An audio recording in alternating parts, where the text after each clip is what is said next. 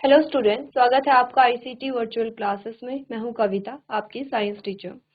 उम्मीद करती हूं आप सभी अच्छे होंगे और स्वस्थ होंगे। क्लास हम यहां पे रिवाइज कर रहे थे अपने क्वेश्चन आंसर्स। चैप्टर का नाम है टिश्यू और इसमें हम प्रैक्टिस क्वेश्चंस को डिस्कस कर रहे हैं। देखो, हम पहले भी क्वेश्चन आंसर्स कर चुके हैं इसके और हम कुछ नए क्वेश्चंस यहाँ पे देख रहे हैं। हमने चैप्टर भी रिवाइज किया है, तो अभी तक आपका चैप्टर यहाँ पे कंप्लीट हो जाना चाहिए। तो बेसिकली अगर हम टिश्यू के बारे में समझें तो मैंने पहले भी आपको बताया था कि इम्पोर्टेंट क्या है टिश्यू में, वो समझो। आपको बार बार एक ही चीज बताई जा रही है, इम्पोर्टेंट क्या है वो समझना है। उसके लिए आपको सबसे पहले यहाँ पे जो एक फ्लो चार्ट दिखाया गया था वो आपको बनाना है। चाहे हम बात करें प्लांट्स के बारे में, आपको एक फ्लो चार्ट देखना है। एनिमल्स का आपको फ्लो चार्ट देखना है, ठीक है। प्लांट में आपने कहा आप मेरिस्टेमेटिक और परमानेंट टिश्यू को पढ़ रहे हैं, ठीक है। प्लांट टिश्यू हमने काफी डिस्कस कर लिया है। एनिमल टिश्यू को अगर हम देखें तो एनिमल टिश्यू से भी अच्छे क्वेश्चंस आपके बनते हैं। जब आप हायर क्लासेस में जाते हैं तो प्लांट और एनिमल टिश्यू को आप सेपरेटली पढ़ते हैं, डिटेल में पढ़ते हैं। देखो, अगर हम बात करें थोड़ा सा एनिमल टिश्यू को समझ लेते हैं डिटेल में, तो हमने एपिथेलियल टिश्यू के बारे में बात की है, ठीक है। तो इससे रिलेटेड क्वेश्चन कहाँ आते हैं वो आपको बताते हैं। सबसे पहला तो ये है कि आपने जब बात की थी, जब आप यहाँ पे बात करते हैं सर्कुलेशन के बारे में, क्लास 10th में आपके पास एक पूरा चैप्टर आएगा और सर्कुलेशन को आप काफी डीप में समझेंगे। थोड़ा सा मैं आइडिया दे देती हूँ, हिंट देती हूँ सर्कुलेशन में क्या हमने पढ़ा है। हल्का सा सर्कुलेशन को समझो। और सर्कुलेशन से पहले अगर हम बात करें थोड़ा रेस्पिरेशन, सर्कुलेशन से अच्छा हमारा एग्जाम्पल रेस्पिरेशन का हम लेते हैं। रेस्पिरेशन को हमने प्रीवियस क्लासेस में भी पढ़ा हुआ है। तो मैं एक रफ डायग्राम बना रही हूँ जिससे कि आपको फाइनल डायग्राम पता चलेगा। ये आप जानते हैं ये हमारे लंग्स है, ठीक है।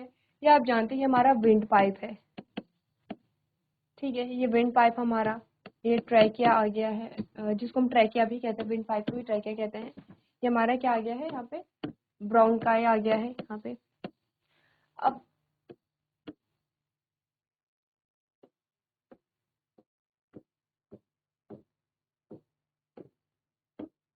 ठीक है, ये हमारे लास्ट जो हमारे पास बलून लाइक स्ट्रक्चर आ रहे हैं, इनको हम एल्वियोलाई कह रहे हैं। अब हमें पता है कि हमने सांस ली और हमने जब इनहेल किया, इनहेलेशन हुआ, तो हमने ऑक्सीजन को यहाँ पे इनहेल किया, ठीक है। Internal respiration, external respiration, cellular respiration, ये हमने पढ़ा होगा। जब हमने इनहेलेशन हुआ, जब इनहेल किया तो आपने ऑक्सीजन ली, तो एल्वियोलाई में ऑक्सीजन बन गई है। ये जो ऑक्सीजन है, ये ऑक्सीजन आपके ब्लड वेसल्स में ट्रांसफर होती है। हमें सीखना है ये कि ये जो ब्लड है ये यहाँ ट्रांसफर होता है। हमें ये समझना है जहां पर आपका एपिथेलियल टिश्यू आएगा। चलो, अब मैं ये सब इरेज कर रही हूँ और एक डायग्राम जो बना रही हूँ, अब आपको थोड़ा सा समझ में आ जाएगा। ये मैंने बनाई है एल्वियोलाई, ठीक है। और ये है हमारी ब्लड वेसल, ठीक है। हम बात करते हैं हमारी जो एल्वियोलाई है वो भी सिंगल सेल की एक लेयर होती है, मल्टी लेयर नहीं पाई जाएंगी। और यहाँ पर जो हमारी कैपिलरी होगी, ठीक है, वो भी यहाँ पे सिंगल लेयर की होगी, ठीक है। क्वेश्चन ये आपसे पूछा जाता है कि ये जो एल्विलाई की जो यहाँ पे आपने कहा ये लेयर जो है, जो सिंगल सेल की जो लेयर है, ये किस चीज से मिलकर के बनी है। या जो आपका ब्लड वेसल है, जिसमें हम कैपिलरी की बात करें, ये किस चीज से मिलकर के बना है। सबसे पहले तो ये कि सिंगल लेयर के क्यों बने होते हैं, क्योंकि अभी कुछ देर पहले हमने बात की है कि यहाँ पर भरी होगी ऑक्सीजन। ऑक्सीजन इजिली ट्रैवल करके यहाँ चली जाए, इसीलिए इनकी जो लेयर्स होती हैं वो पतली होती हैं। एक और चीज, तो बीच में कुछ नहीं होता है क्या? नहीं, बीच में होता है। इसको हम नाम देते हैं एक्सचेंज सरफेस। ये एक्सचेंज सरफेस होगा, ठीक है।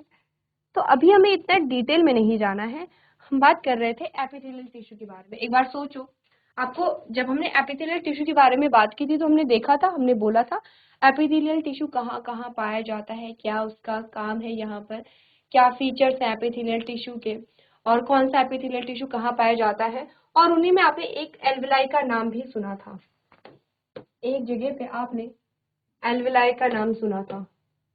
एक बार रिकॉल करेंगे आप लोग कि एल्वेलाई में कौन सा एपिथेलियल टिश्यू हमने पढ़ा था। देखो एक बार रिकॉल करो।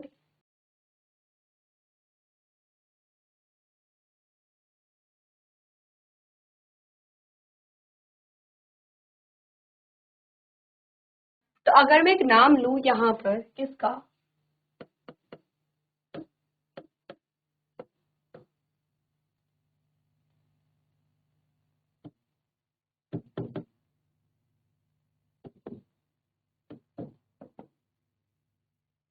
सिंपल स्क्वैमस एपिथेलियल टिश्यू, तो क्या हम कह सकते हैं कि जो एल्वेलाई की जो लेयर है वो सिंपल स्क्वैमस एपिथेलियल टिश्यू की बनी हुई है। ठीक है, और ये जो कैपिलरी है ये क्या है, कैपिलरी है। ये जो कैपिलरी है ये भी किससे किससे मिलकर के बनी है, स्क्वैमस एपिथेलियल टिश्यू से मिलकर के बनी है। ठीक है, चलो अब अभी के लिए ये लेबलिंग हटा करके हम ये बात करते हैं। तो सबसे पहले तो ये है कि ये एक बहुत थिन लेयर होती है जो सिंपल स्क्वैमस एपिथेलियल टिश्यू से बनी होती है। कहाँ पे, कैपिलरी में भी, और हम किसकी बात कर रहे हैं, एल्वेलाई में भी हम बात कर रहे हैं यहाँ पे। अगर मैं आपसे पूछूं, ये तो है सिंपल स्क्वैमस, सिंपल स्क्वैमस के अलावा अगर मैं स्ट्राइटेड स्क्वैमस एपिथेलियल टिश्यू के बारे में बात करूं तो सिंपल स्क्वैमस पढ़ा था, देन स्ट्राइटेड पढ़ा था आपने। देखो सिंपल स्क्वैमस का मतलब होता है कि जब यहाँ पर सेल्स की एक सिंपल सी लेयर थी, एक सिंगल लेयर थी, लेकिन जब बहुत सारी लेयर्स यहाँ पर आ जाती हैं, आपने कहा मल्टी लेयर्स जब यहाँ पे बन जाती है सिंपल स्क्वैमस एपिथेलियल टिश्यू की, तो वो कहाँ पाया जाता है, आपकी स्किन में पाया जाता है। यही पढ़ा था, हमारी स्किन जो है वो मल्टी लेयर से बनी है, एपिथेलियल टिश्यू की मल्टी लेयर से यहाँ पे बनी होती है, इसीलिए हमारी जो स्किन है वो कैसी होती है, स्ट्रांग होती है। ऐसे थोड़ी होता है कि इजिली हमारी जो स्किन है वो कट फट जाती है। ठीक है, तो आपने बात की है कि ये है सिंपल स्क्वैमस एपिथेलियल टिश्यू। एक और जो इंटरेस्टिंग चीज है वो ये है कि दोनों सिंपल स्क्वैमस एपिथेलियल टिश्यू से बने होते हैं, पर जब बात आती है कैपिलरी की, तो कैपिलरी के लिए हम इसको एंडोथीलियम भी कहते हैं, एंडोथीलियम। अब ये स्टार कर लेना, कैपिलरी की जो सिंपल स्क्वैमस एपिथेलियल टिश्यू है उसी को एंडोथीलियम कहेंगे। आप एल्वेलाई के कवरिंग को नहीं कहेंगे, एल्वेलाई की सिंपल स्क्वैमस एपिथेलियल टिश्यू की जो लेयर होती है उसको आप एंडोथीलियम नहीं कहेंगे, इसको एंडोथीलियम नहीं कहेंगे, बस जो कैपिलरी है उसी को हम एंडोथीलियम यहाँ पे कहते हैं। ठीक है, तो एक है एंडोथीलियम, समझ आया, कहाँ पर है, आपके रेस्पिरेटरी ट्रैक में। अगर मैं आपसे पूछूं बताओ एपिथेलियल टिश्यू का जो यहाँ पे फंक्शन है वो क्या है, तो हम कह सकते हैं कि एक्सचेंज करने में, गैस एक्सचेंज करने में ये हेल्प करता है। क्या बोला था, एपिथेलियल टिश्यू जो होते हैं वो कैसे होते हैं, परमिएबल होते हैं, तभी तो चीजें यहाँ पे आपने का पास हो पा रही है, तभी तो यहाँ पर ऑक्सीजन इस लेयर को पार करके, इस लेयर को भी पार करके और ब्लड में आ पा रही है, क्योंकि कैसे होती है, परमिएबल होती है। ठीक है, चलो ये तो बात हुई एपिथेलियल टिश्यू के बारे में। एनिमल टिश्यू की बात चल रही थी।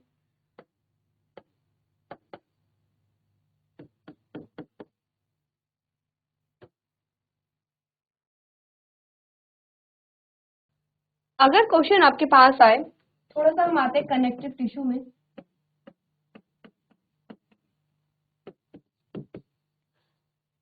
कनेक्टिव टिश्यू में, ठीक है, कनेक्टिव टिश्यू में हम फ्लूइड को लेंगे और फ्लूइड में हम लिम्फ को लेंगे। ठीक है, अगर बात आए कि लिम्फ का फॉर्मेशन कैसे होता है, ये भी एक क्या है, टिश्यू है जो हम फ्लूइड में जिसको पढ़ते हैं। हमने कहा लिम्फ का फॉर्मेशन कैसे होता है, बाकी के तो हमने देखे हैं कि बोन हमारी बनी हुई होती है, ब्लड हमारे पास रहता है, टेंडन लिगामेंट रहते हैं। लिम्फ का फॉर्मेशन कैसे होता है and what is the difference between lymph and blood. तो थोड़ा सा लिम्फ के फॉर्मेशन को समझते हैं, ये इरेज करूं। तो देखो ये क्या है, ह्यूमन हार्ट है, हाँ 4 चैम्बर्ड होता है, आई नो, ये 4 चैम्बर्ड हार्ट है। हमने अभी बहुत डिटेल में स्ट्रक्चर नहीं बनाया है, तो ये हार्ट है, ये ऊपर लेवलिंग नहीं कर सकते हैं। हार्ट क्या करता है, ऑक्सीजनेटेड ब्लड को पंप करेगा। ठीक है, ये ऑक्सीजनेटेड ब्लड को ऐसे पंप करेगा अलग अलग ऑर्गन में। जैसे एक ऑर्गन ये है, देन ये है, देन ये है। फिर उसके बाद क्या आता है, यहाँ से डीऑक्सीजनेटेड ब्लड जो है वो कलेक्ट किया जाता है ऐसे करके। फिर डीऑक्सीजनेटेड ब्लड यहाँ गया, फिर यहाँ गया, देन लंग्स में जाता है, लंग्स से प्यूरिफाई होकर के यहाँ आता है, यहाँ आता है। देन ये हार्ट की फंक्शनिंग हमने बहुत बार देखी है। हमें कौन सा सेगमेंट यहाँ से उठाना है उस बात पे ध्यान दे दो थोड़ा सा। हमें ये वाला जो सेगमेंट है ये उठाना है, ये वाला सेगमेंट, ठीक है, ये वाला सेगमेंट उठाना है यहाँ से। कौन सा, जब ब्लड जो है वो हमारी सेल्स तक पहुंचता है और जब ब्लड हमारी सेल से बाहर निकलता है। अब देखो होता क्या है, ये कोई एक हमारे पास सेल आ जाती है और यहाँ पर कोई जो आर्टरी है ऐसे ब्लड को लेकर के आती है। इस ब्लड में क्या क्या होगा, इसमें ऑक्सीजन होगा, इसमें ग्लूकोज होगा, इसमें हार्मोन होंगे, इसमें प्रोटीन होगा, इसमें क्या होंगे, प्रोटीन होगा। बाकी ब्लड सेल्स तो होंगी ही, ब्लड सेल्स लिखने की जरूरत तो नहीं है कि WBC होगा, RBC होगा, प्लेटलेट्स होंगे, वो तो ब्लड का कंपोजिशन ही है।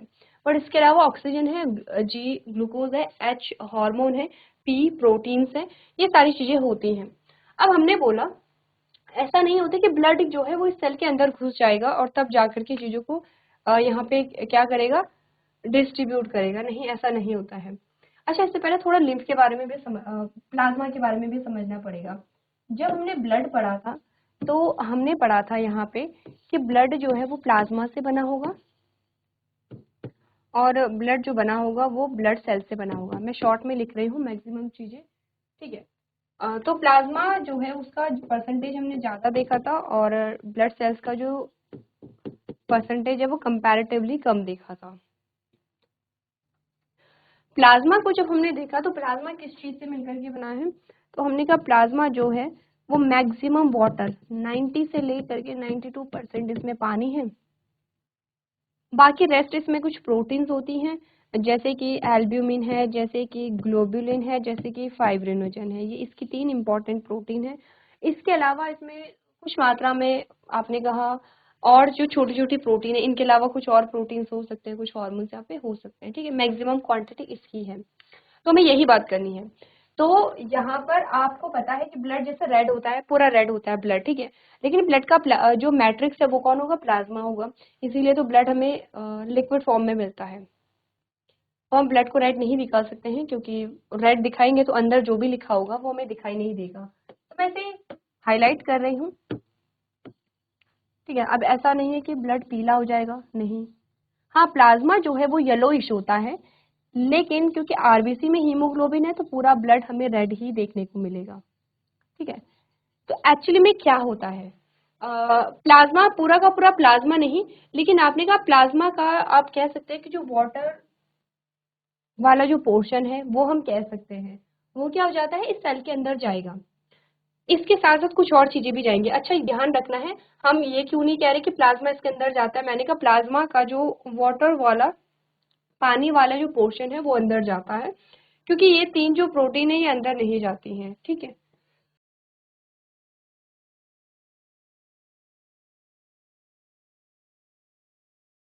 तो चलिए, हमने क्या बात की है कि ये जो प्लाज्मा है इसका जो वाटर वाला, अब ऐसा नहीं कि सिर्फ पानी पानी जाएगा, ठीक है, बहुत छोटे छोटे पार्टिकल जा सकते हैं, लेकिन जो मेन प्रोटीन होती है एल्ब्यूमिन ग्लोबुलिन एंड फाइब्रिनोजन, ये नहीं जाती है। तो ये जो कुछ मात्रा में जो प्लाज्मा जैसा स्ट्रक्चर है ये अंदर जाता है, इसी के साथ साथ ऑक्सीजन भी जाती है, इसी के साथ ग्लूकोज भी जाएंगे, या इसी के साथ जो हार्मोन्स है ये भी ट्रैवल करेंगे, ठीक है। इसके साथ जो अच्छा हाँ, आरबीसी यहाँ पे अंदर नहीं जाएगी, लेकिन डब्ल्यूबीसी यहाँ पे अंदर जाते हैं, ठीक है, डब्ल्यूबीसी यहाँ पे अंदर जाते हैं, बाकी प्लेटलेट्स भी यहीं रहेंगी। तो आप देख रहे हैं कि ब्लड का पूरा कंपोजिशन यहाँ पे नहीं आया है। बेसिकली जिन चीजों को ट्रांसफर करना है वो चीजें तो आएंगी, ऑक्सीजन ग्लूकोज एंड हार्मोन, ये सारी चीजें तो अंदर आएंगी, बाकी आरबीसी नहीं आई है, ठीक है। इसके अलावा आपने का जो इम्पोर्टेंट प्रोटीन है वो नहीं आए हैं, ठीक है। अब यहाँ पे ट्रांसफर हो गया है, तो होना क्या चाहिए होना क्या चाहिए था, होना क्या चाहिए था कि अब यहाँ पर ये जो यहाँ पे ये लिक्विड जो आया है ये इंटरस्टिशियल फ्लूइड कहते हैं, ठीक है। ये इंटरनल फ्लूइड आप कह सकते हैं। तो ये जो इंटरस्टिशियल फ्लूइड है, ध्यान रखो इसे प्लाज्मा नहीं लिखना है, ठीक है, प्लाज्मा मत बोलना, इंटरस्टिशियल फ्लूइड कहते हैं, क्योंकि प्लाज्मा का मतलब इसमें वाटर भी है तो इसमें ये तीनों प्रोटीन भी है, इसमें छोटी छोटी और प्रोटीन भी है, यहाँ पर सिर्फ प्लाज्मा ही अंदर जाता है। तो हमने कहा कि ये जो इंटरस्टिशियल फ्लूइड है ये क्या होगा, जब यहाँ आया तो यहाँ से वापस भी तो जाएगा, ऑफ कोर्स इसे वापस जाना पड़ेगा, अगर ये वापस नहीं गया तो ऐसे तो हर टाइम पे सेल के अंदर इंटरस्टिशियल फ्लूइड आता रहेगा, सेल भरती जाएगी और एक टाइम ऐसा आएगा कि सेल बर्स्ट हो जाएगी, फट जाएगी, क्योंकि फूलेगी, ठीक है। तो हमने कहा कि ये वापस जाएगा, तो कुछ परसेंटेज तो इसका ऐसे ही वापस चला जाता है, लेकिन ये कंप्लीटली ऐसे वापस नहीं जा पाता है। अब ये क्या करेगा, यहाँ पर ऐसे यहाँ पे कलेक्ट होने लगेगा अलग से, ये ऐसे कलेक्ट होने लगेगा। याद आ रहा होगा शायद से आपको कि लिम्फ का फॉर्मेशन कैसे होता है, तो ये यहाँ से कलेक्ट होकर के चला गया, ये यहाँ से ऐसे कलेक्ट होने लगेगा, ठीक है। अब जब ये यहाँ से कलेक्ट होने लगेगा तो एट लास्ट फाइनली क्या होता है, एट लास्ट ये रक्त के साथ ही मिल जाएगा ऐसे, एट लास्ट ये ब्लड के साथ ही यहाँ पे ऐसे मिल जाएगा, लेकिन इसको ये क्या करता है, ट्रैवल करता है फिर, और अब इसको हम क्या नाम देते हैं, लिम्फ नाम देते हैं। तो यहाँ से हमें ये समझ आया है कि ब्लड और लिम्फ में डिफरेंस है, एक तो ये कि आरबीसी नहीं पाई जा रही हैं, ये प्रोटीन नहीं पाई जा रही है, प्लेटलेट्स नहीं पाई जा रही है, पर डब्ल्यूबीसी पाई जा रही है, ठीक है, क्लियर है। तो ये ब्लड और लिम्फ से रिलेटेड क्वेश्चन आपके जो बनते हैं वो यहाँ पर आते हैं। इसके अलावा टिश्यू जो चैप्टर है आपका, इसमें एक टिश्यू आपने पढ़ा होगा टेंडोन और लिगामेंट, ठीक है। तो आप टेंडोन और लिगामेंट दोनों को पढ़ते हैं, इन दोनों का जो फंक्शन है ये आप तब भी पढ़ते हैं जब आप मसल्स को पढ़ते हैं, और जब मसल्स और मूवमेंट हम देखते हैं कि बॉडी में मूवमेंट कैसे आती है तब भी इनके बारे में हम डिस्कस करते हैं। तो ये कुछ ऐसे टॉपिक हैं जो आपसे पूछे जाते हैं और इम्पोर्टेंट भी हैं। अब देखो हमने जो क्वेश्चंस प्रैक्टिस किए थे उसमें हमने क्या बात की थी, पहला जो क्वेश्चन है वो लाइसोसोम के बारे में है कि क्यों इसे सुसाइडल बैग कहते हैं। नेक्स्ट है कि कौन सा जो स्टेटमेंट है वो कार्डियक मसल्स के बारे में ट्रू नहीं है, ठीक है। नेक्स्ट है dash is not found in xylem tissue, xylem tissue से रिलेटेड क्वेश्चन आपके पास आया है। स्टोमेटा का फंक्शन आपके पास आया है। नेक्स्ट आपके पास है मेरिस्टेमेटिक टिश्यू के बारे में आपके पास क्वेश्चन आया है। कनेक्टिव टिश्यू से रिलेटेड क्वेश्चन आपके पास आया है यहाँ पे। नेक्स्ट है आपने कहा कि यहाँ पे क्या होता है, dash are cemented to one another forming a irregular layer, these form the outer protective layer of skin in an animal's body। तो आपने क्या एपिथेलियल टिश्यू, आउटर कवरिंग की बात चल रही है तो एपिथेलियल टिश्यू, एपिथेलियम टिश्यू की बात होगी। नेक्स्ट हमने बोला यहाँ पे रैपिड इलोंगेशन जो होता है वो क्यों होता है, क्या रीजन है, प्लांट टिश्यू से क्वेश्चन आया है। नेक्स्ट है the function of a dismelting and recycling in a cell is undertaken by lysosome, यानी कि कोशिका की या सेल की जो सफाई करता है कौन करता है, लाइसोसोम करता है। नोड्स ऑफ रनवे किसी को कहते हैं, नर्वस टिश्यू से क्वेश्चन आया है। टिश्यू कैसे कहते हैं, क्वेश्चन आंसर स्टार्ट हो गए हैं, डेफिनेशन आपसे पूछी गई है। नेक्स्ट है what is the utility of tissue in a multicellular organism, basic question आपका है। Name the types of simple tissue, simple tissue जो है उसके नाम आपको बताने थे।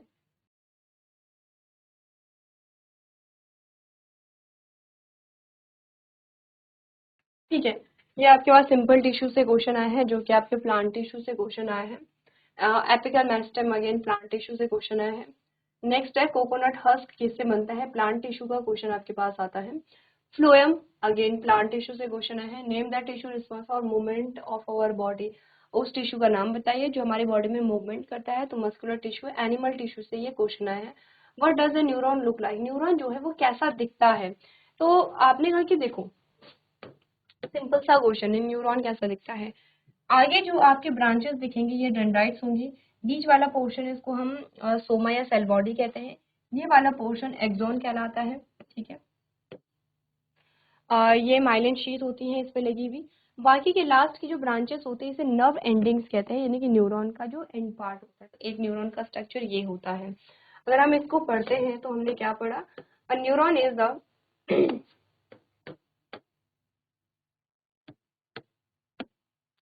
A neuron is a nerve cell consisting of the cell body with a nucleus and cytoplasm from which a long and a thin hair-like structure emerges. Every neuron has a one elongated part known as axon and several short and small branches structures known as a dendrite. A single neuron can even be a meter long. तो एक single neuron जो है वो metres में लंबा हो सकता है, इनकी लेंथ जो होती है वो ज्यादा होती है। चलो आज का जो क्वेश्चन है वो है give 3 features of cardiac muscle. जो कार्डियक मसल है उसकी 3 फीचर्स बताइए। तो अगर मैं आपको बोलूँ कि कार्डियक मसल्स हार्ट में पाई जाती हैं तो क्या आप खुद से इनके जो फीचर्स हैं वो बता सकते हैं? देखो आंसर ऑलरेडी आपकी स्क्रीन पे है। हमने बोला cardiac muscles are specialised tissue that are evolve to pump blood throughout the body. तो जो कार्डियक मसल्स है वो विशिष्ट है, स्पेसिफिक है, क्योंकि पूरी लाइफ में ये क्या करती है, पूरी बॉडी में ब्लड को पंप करने का काम करती है। ठीक है, पहला आपने कहा the following are the features of cardiac muscles. ये कार्डियक मसल्स के क्या है, फीचर्स है। ये सिलिंड्रिकल होते हैं शेप में। शेप कैसी है, सिलिंड्रिकल शेप है। स्ट्राइटेड मसल्स फाइबर्स होते हैं ये। They are uninucleated and branched होते हैं। These muscles are involuntary in nature, यानी कि अनैच्छिक होती हैं। चलो इसके अलावा और भी अगर आपको पॉइंट्स मिलते हैं तो आप लोग नोट कर सकते हैं।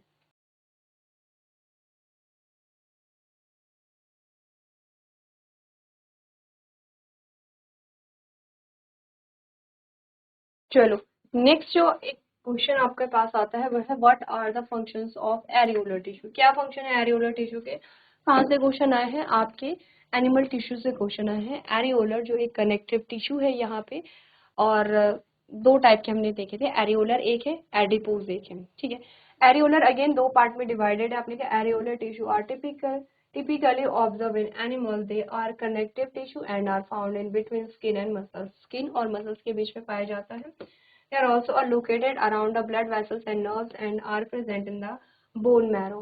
The space inside the organs is filled with these tissues. They support the delicate internal organs and assist in tissues repair in case of damage. ठीक है, तो ये एरियोलर के बारे में है। चलो अब इसी के साथ ये चैप्टर जो है हमारा कंप्लीट होता है। टिश्यू से रिलेटेड कोई डाउट आपका है तो आप पूछ सकते हैं।